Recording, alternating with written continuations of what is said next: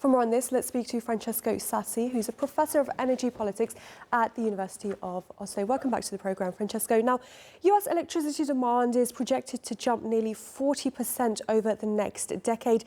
Can legacy power grids realistically handle this massive load without causing widespread power rationing for regular consumers? Thanks for having me, and thanks for the interesting question. This is really a key issue in the energy geopolitics, not just the AI geopolitics. The two things intersect pretty widely in the US as the electricity demand surges, and this administration is facing a problem of increasing bills also for American citizens, households, and industries also becoming less competitive on the international market because of the surging electricity demand. And this is really an energy security and a national security issue also. We have seen during the latest heat waves the problems, issues in securing power demand for citizens, but also data centers in the northeastern of the US, where most of the data centers are now building and piling up by these big tech companies. We are going to see an era where more and more data centers will lead to an increasing power demand, but at the same time, public authorities, utilities will need to balance the interests of private investors, private actors in the electricity sector, electricity generation, with the interest of households and industries. Nothing will be the same as it was before because of the rising demand of power from the AI sector.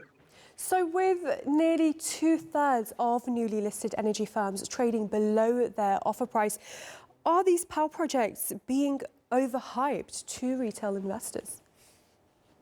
No, I don't think so. But at the same time, the problem will be for many of these tech giants to lead the construction of enough power generation to secure supplies, even when the heat waves or cold snaps during the winter will lead to power load in the sector, and maybe utilities will be forced to cut out of the power generation of the electricity grid, these data centers, in order to balance the grid and save the other consumers and continue to provide electricity to them. We have seen during the latest heat wave something really dangerous happening in the northeastern of the US, where around 10% of the power demand was cut out by utilities, by PJM, which is the greatest, the largest transmission operators in the US, supplying around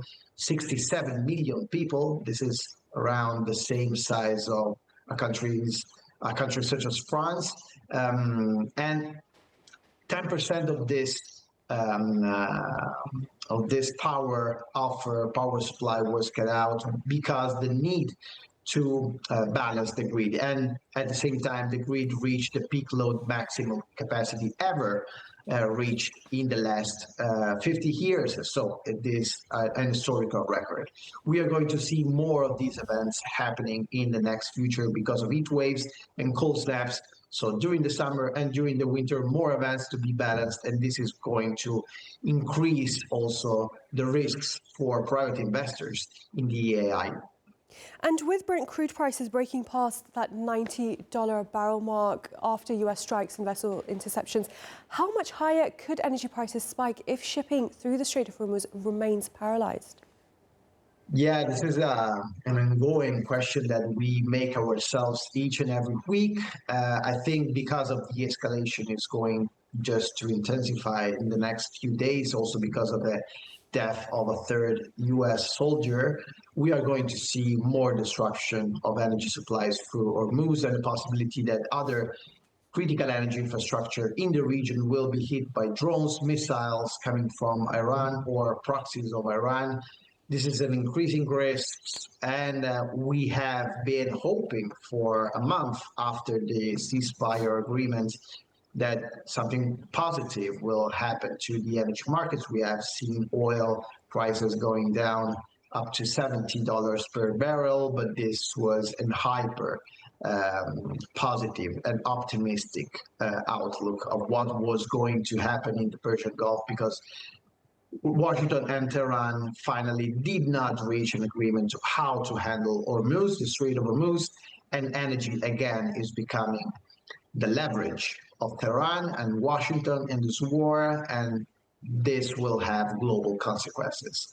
Professor Francesco Sassi from the University of Oslo, thank you very much for speaking to us on TRT World. Thank you.